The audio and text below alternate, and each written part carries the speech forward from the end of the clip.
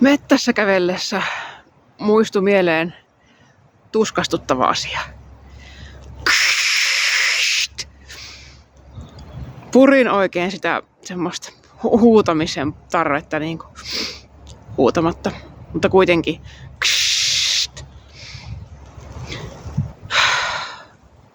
Ja kerkesin ajatella, että no joo, no se tuskastuttamisen aiheuttaja, se on nyt muualla. Mulla on nyt aikaa olla metässä rauhassa.